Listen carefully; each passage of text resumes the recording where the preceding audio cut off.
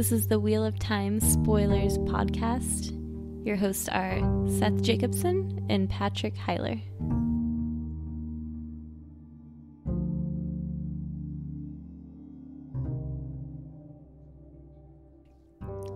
So it's been an interesting week.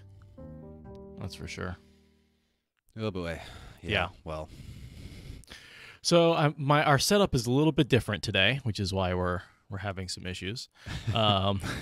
I managed to crush the screen of my computer. So it's been a little bit of a challenge. I'm working on an external screen right now, but there was a couple of days where I didn't have access to my computer, and now we've got a lot more cables on the desk, and things are a little bit differently. So This is chapter 41, Old Friends and New Threats. And our chapter heading, rather, is The Staff and the Leaf. which means we've got the return of Moraine. Yeah, that happens at the end of this chapter, right? Yeah, she walks in at the end of this chapter. But that staff and leaf is definitely a Moraine symbol. I think so. I have the first paragraph highlighted here. I kind of liked Rand has run all the way back to the Queen's blessing from the palace at this point, because if we remember, he just had that scary situation with Morghese and Elida. Back at the Queen's blessing, Rand threw himself against the front door frame, panting. He had run all the way, not caring if anyone saw that he wore red, or even if they took his running as an excuse to chase him. He did not think even a fade could have caught him. He was scared. He was running scared straight back to home. Totally. He runs into Lamgwin here, who is hanging out with a cat, and mentions how expensive cats are these days because of the rat problem. Yeah, and those two guys tried to steal it. I think they're Whitecloak spies. Do you think so? I don't know. I was trying to come up with something. But why are they still hanging out outside nursing their black eyes if they're not, like, trying to spy Hate on to him? be there or Yeah. something? I don't know. I did, reading these two chapters, think a little. Last time we were talking about a possibility that Ravin is manipulating events. Not that I think that's the likely scenario. I really do think Ravine is still trapped in the Dark One's prison. I mean, it could be Ishmael, or we know that the city is surrounded by Tronics right now. Yeah. We see that. Lan confirms that in the next chapter, but we've already heard, like, rumors. And there's this crazy political tension, or so much political tension maybe that no one's noticing what's going out in the hills, or no one important. I mean, the city definitely has the eye of the Dark One on it. You know, it's got, whether it's Ishmael, The rat problem. just Murdrawl. Yeah. Don't forget, they're able to sense where the dagger is. Even if they're not sure exactly where in the city it is, they are sure that it's in the city. That's true. We get to find out a little bit more about that later. Well, it's nothing we didn't already know, but we see the scene where Moraine kind of explains Exactly. Yeah. the, like, evil pulse that the dagger gives off. Yeah, and I think we talked about that when some of the other Dark Friends showed up. The, Pete Pitar and The guy whose face gets burned off. Halgod. That's it. And the girl, too. It's not Skelly. Millie? Millie. Millie Skane. Millie Skane, thank Yes. you. Man, Skelly got you there. That's impressive. I feel like later we find out that dogs like men who can channel and cats hate them, and cats like women who can channel and don't like men who can channel. Really? That's definitely a thing they talk about later. I don't remember that. It's in the Black Tower, so it might be a Sanderson. It's like super end of the books, but like all the wives can't keep their cats because they won't stand the men now that they've started channeling. Huh. And so it stood out to me. I was like, that might be a bit of a continuity error, because here the cats don't seem to mind Rand at all. Yeah. I don't think he channels while he's in Camelin at all. But I guess but it's not just when he's channeling. It's the fact that he is a channeler. oh, I don't remember that. Yep. Yeah, there's definitely a Black Sister that likes cats. So I know Aes Sedai are, like, okay with cats. And I know cats like Aes Sedai. I'm just not sure about the dogs.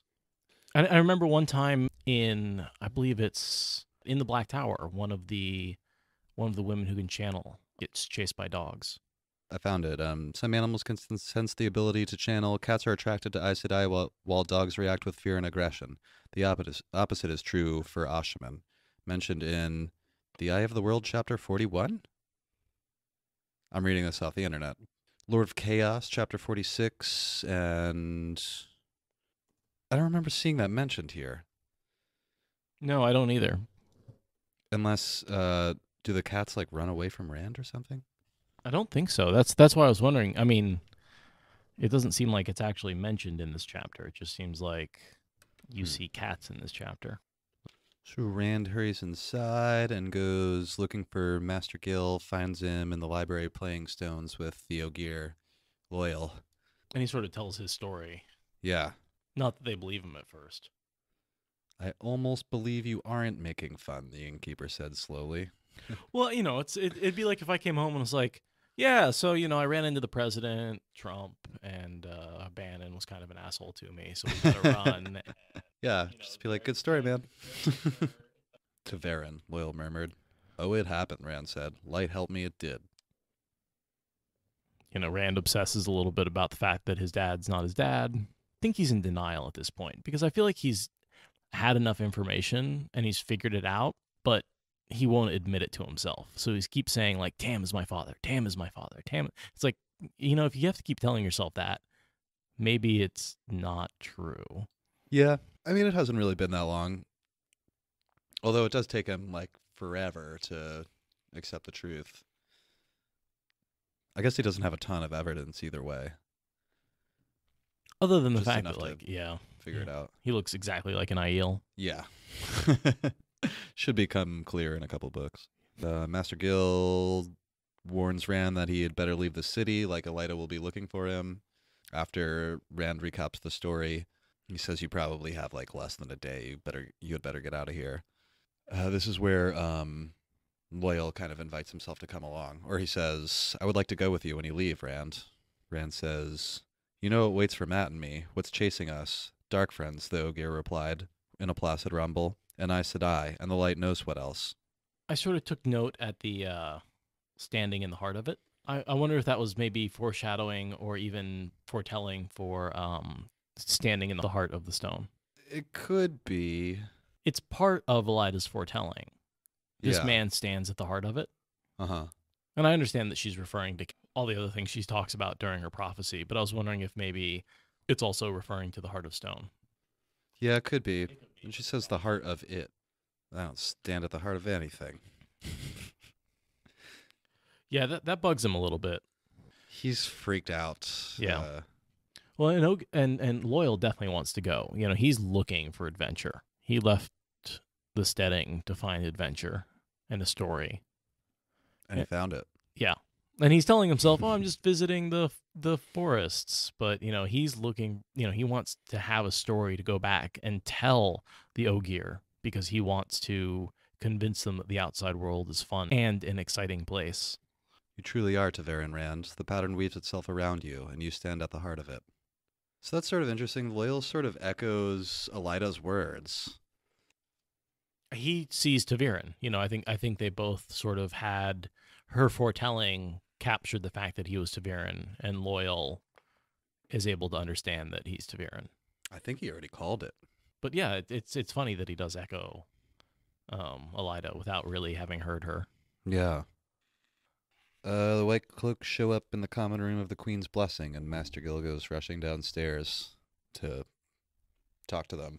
Ends up confronting them. The light will mean you, he said with a careful bow. No time for your drivel, innkeeper. Whitecloaks being jerks as usual. And they basically accuse him of hiding darkfriends in his inn. Well, and they're looking for a dark friend from the Two Rivers. Yeah. And Rand, of course, thinks that's him, but it's not.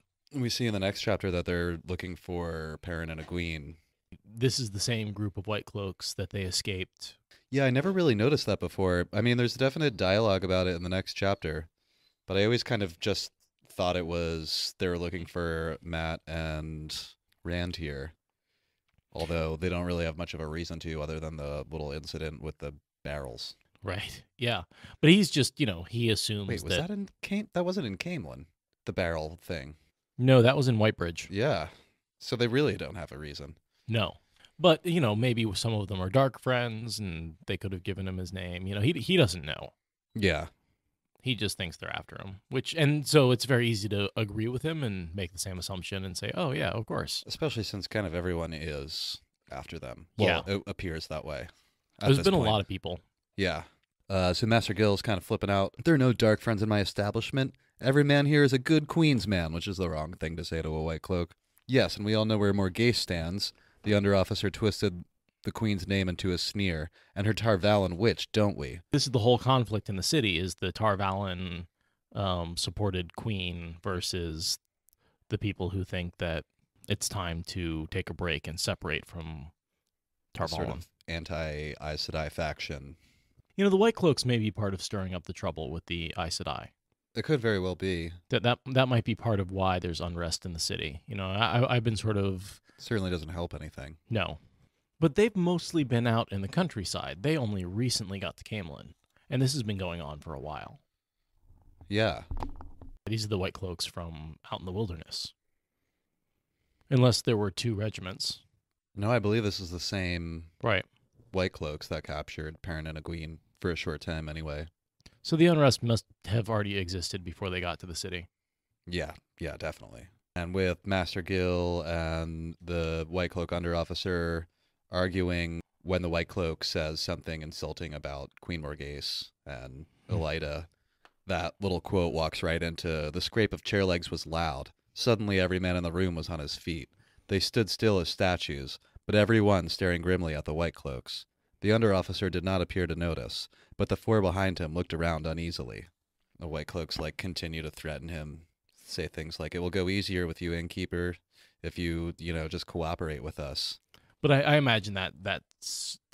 gosh, it's in so many movies where, you walk into a bar and you're clearly out of place and everyone, stops. Yeah. Threatens you. And then Master Gill gets really ballsy and just starts kind of counting after Lamgwin's sword rasped out of its sheath, and the coarse scrape of steel on leather was repeated throughout the room as swords and daggers filled hands. Serving maids scurried for the doors. And this is kind of the end. Master Gill counts out loud. Sort of threatens to count to 5, and he gets to 3, and the Whitecloaks scurry away quickly. It's one of the reasons I love Master Gill is he's not afraid of Whitecloaks. He's willing to face them down. No, guy's got a backbone. Yeah, and really, he has an immense love of Queen Morgase, and is willing to do anything for her, including face down Whitecloaks. Yeah, and even flee the city with her, as we see later. This inn is the Queen's man. This is totally founded on pretty much love for the Queen. It's don't walk into that bar and be like, F the Queen. The Queen's blessing. Yeah, fuck the Queen. Let me not censor myself. You'd be like walking into Buckingham Palace and being like, fuck the Queen. Basically. They'd take you down. And so then doesn't they say there's someone in the kitchen looking for Rand and Matt? Mm-hmm. Is that the next thing? Lad, Master Gill said, if you've actually managed to bring the Lady Elaine down from the palace to my inn, we'll all end up facing the headsman. Assumes it's Elaine. Well, he just told the story, and yeah. I imagine he didn't gloss over the part where she said he was attractive, because I know I wouldn't have glossed over that part. Maybe. Gilda appeared beside them, dropping a curtsy to Master Gill. Sir, there's a lady in the kitchens. Yeah. And there's kind of a long pause. There's a lady. She sounded scandalized at the combination. She's asking for Master Rand, sir, and Master Matt by name.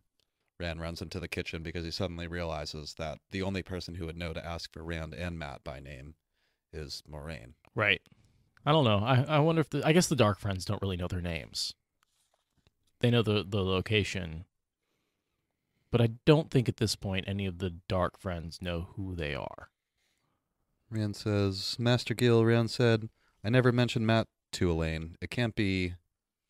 Suddenly a huge smile lit up his face, and he ran for the kitchens. And of course, it's Moraine, Egwene, Lan, Nynaeve, all standing there. Yeah, we finally get to reunite our two big groups. And there's a sort of Tearful reunion. Yeah. A lot of times they've feared that the other one is dead. It's been weeks since they've seen each other. And the last time they saw each other was in Shadar Logoth when they were all running for their lives. This is sort of a big moment for them to really reunite and confirm that everyone else is alive. Yeah. But it does take them a second to look for Matt. Who still hasn't left that place in his bed. It's been like 2 days or something. Yeah, he's all holed up upstairs. I notice here that Rand notices that Perrin keeps his eyes on the floor. He doesn't want to meet anyone's eyes. Yeah, right he's off the bat, Rand notices it. He's hiding his golden eyes. Yeah, and on the next page as well, Rand notes to himself that something's different about Perrin. I notice here Moraine offers to pay for her stay in the inn by keeping the rats out. Oh, I didn't even catch that. She's going to ward the inn anyway to keep the rats out because she's trying to hide them from the Dark One's eyes.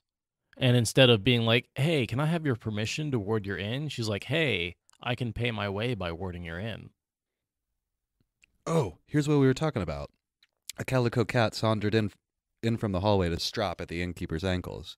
No sooner had the calico cat begun than a fuzzy gray sprang from under the table, arching its back and hissing. The calico crouched with a threatening growl, and the gray streaked past Lan into the stable yard. Instead, she bent down to scratch the orange and white cat. It promptly left Master Gill's ankles for hers. So we definitely get the cat's liking Aes Sedai. Yeah, it's not really that. I don't know. Well, I just mean in this scene. That's not a super convincing thing. In the next scene here, Nynaeve asks where Matt is pretty quickly, and Rand says he's upstairs, he's not feeling well.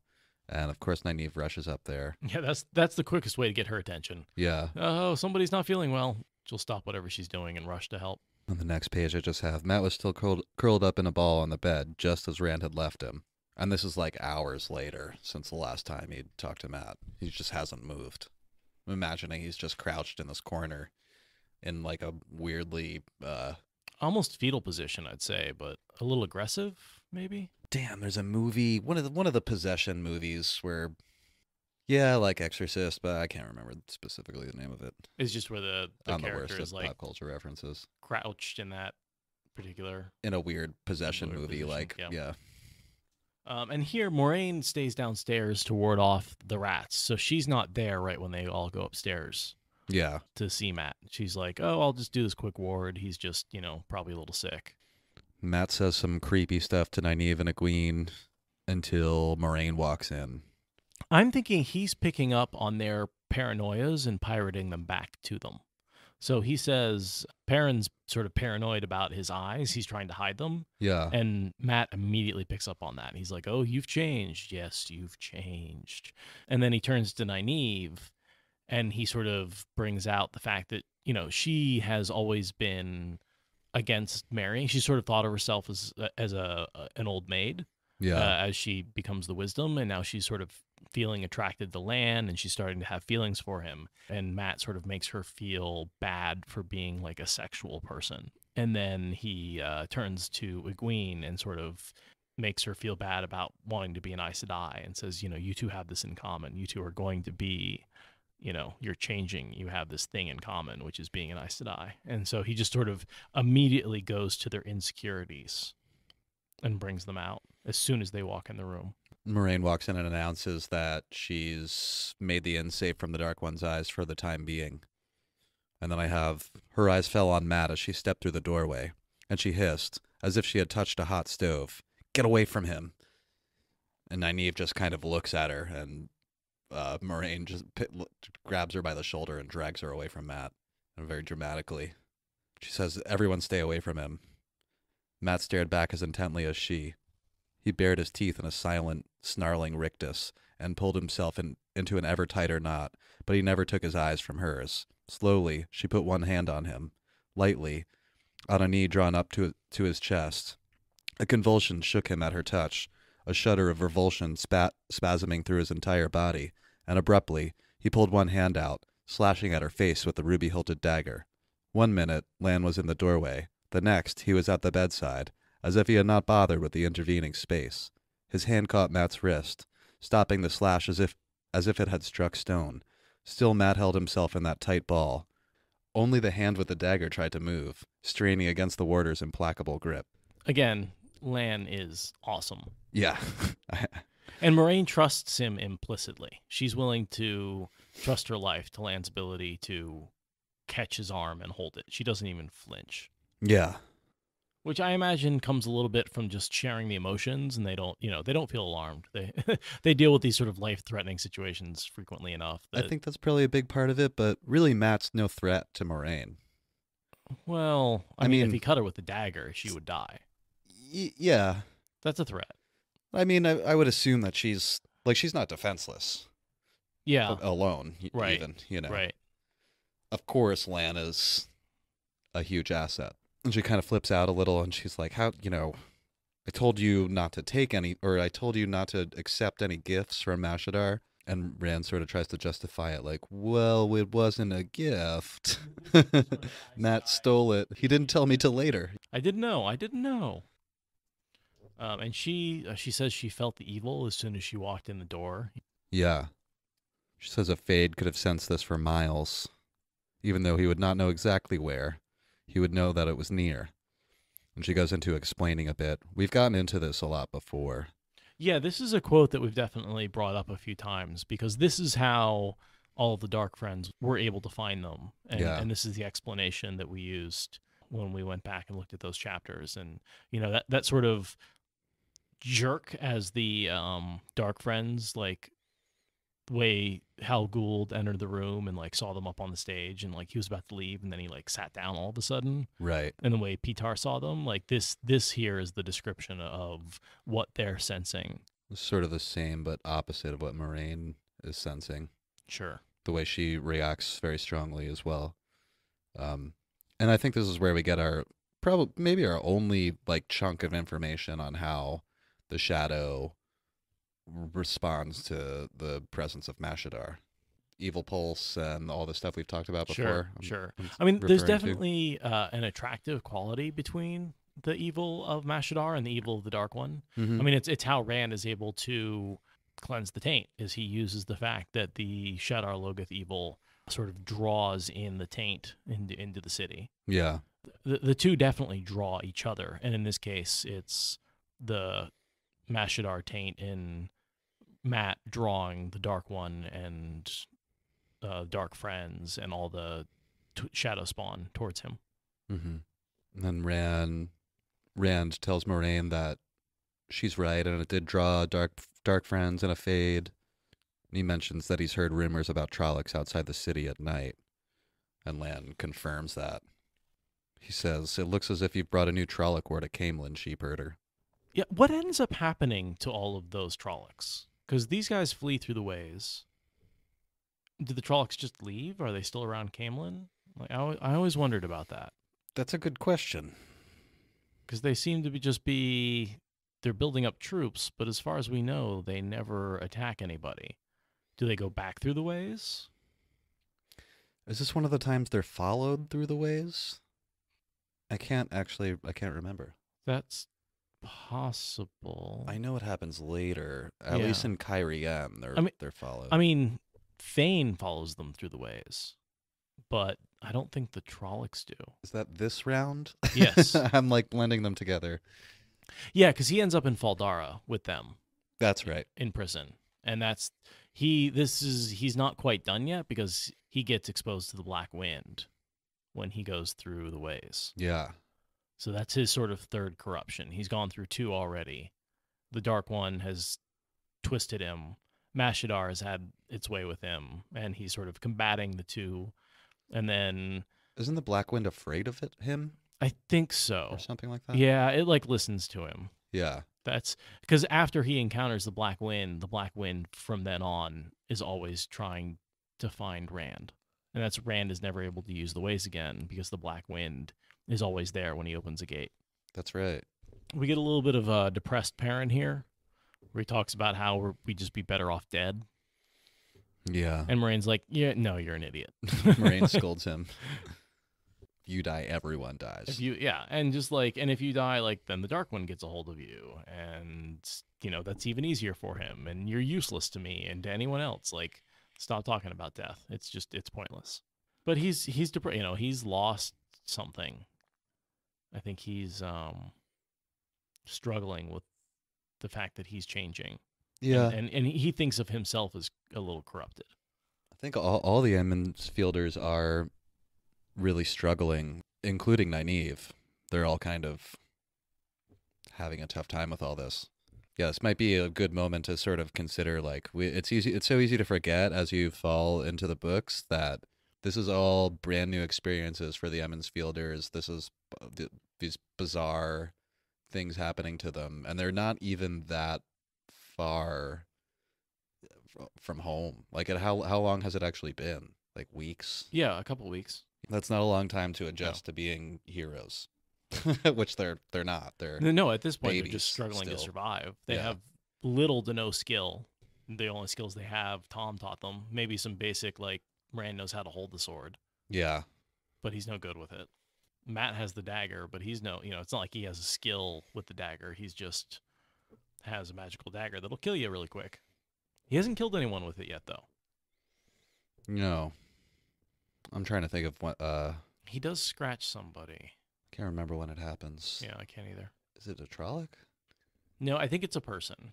Yeah. Because it's like someone reaches for him and he just like scratches them, and the person like dies. Yeah, quickly. I can't quite remember. And he's as shocked as Rand is. I remember the scene vividly. I just can't remember where it is and what happens. Yeah. But it's got to be pretty soon because. Does anybody listening in have an idea? Because from here they go to Faldara. Right. And then they lose the dagger because Fane steals it. And they don't have it for the rest of the Great Hunt. And then at the end of the Great Hunt, they get it back, and Matt is off to Tarvalin, where he's healed in the Dragon Reborn. Mm-hmm. This is where Moraine pulls out her Angreal and kind of heals Matt to the best of her ability. Oh, this is the last paragraph. Yeah, she sort of seals up she seals him up, cleanses him of the taint. She can't stop it from building back up again, but she can slow it down. Yeah. Then sort of seals him off so he can't spread it anywhere. Which, for not being able to heal him, that's pretty impressive. Nynaeve's face had gone white. Can you do anything? She whispered. I hope so, Moraine sighed. For the sake of the world, I hope I am not too late. Her hand delved into the pouch at her belt and came out with the silk-shrouded Angreal. Leave me, stay together, and find somewhere you will not be seen, but leave me, and I will do what I can for him. And then we walk right into Chapter 42, Remembrance of Dreams. The symbol is the raven. Might as well finish that. We could just use Sure. Yeah, and that chapter is extremely exposition heavy. There's a lot to talk about in the next chapter.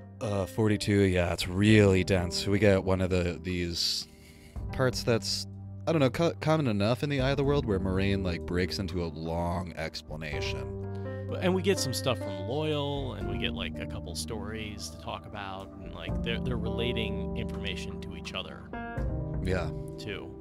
Yeah, there's just a lot of good exposition in this. There's a lot here. There's a lot of stuff we've talked to before. We can probably just there's some events, but most of this chapter is dialogue. I think more than half.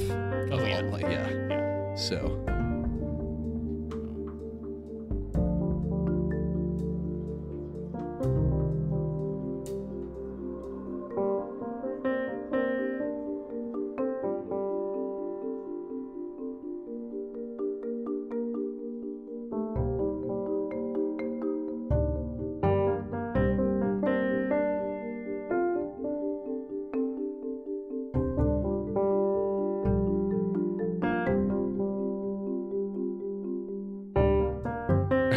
People walking around outside or something. It's the neighbor's dog. We've got a new neighbor recently, Oh. and they have a thin, tall, gray dog, and it pretty much barks at anything that moves, and then it barks, and that sets Timber off.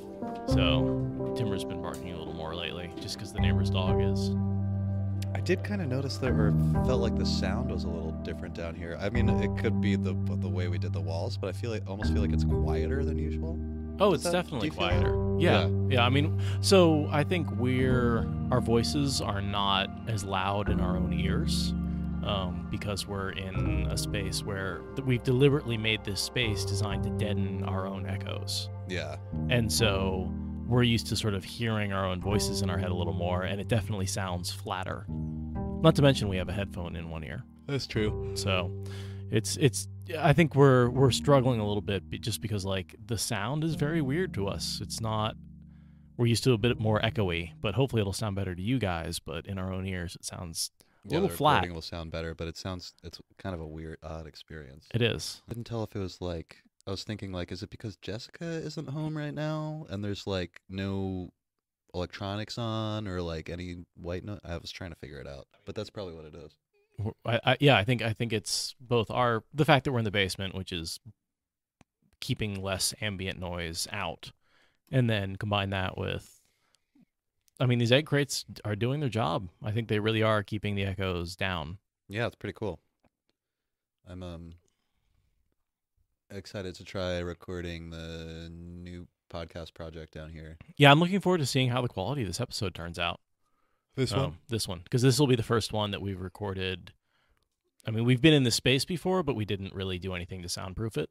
Yeah, except hang up some blankets, which didn't do much. But these egg crates, I can hear a difference just by being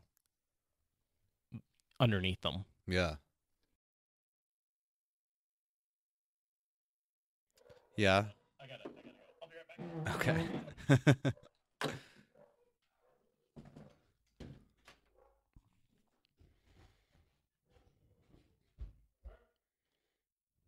Nothing bothers a cat for long, not even somebody trying to stick him in a sack.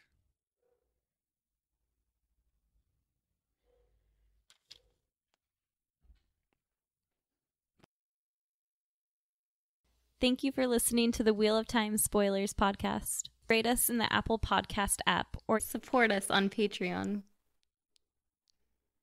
Is that good enough?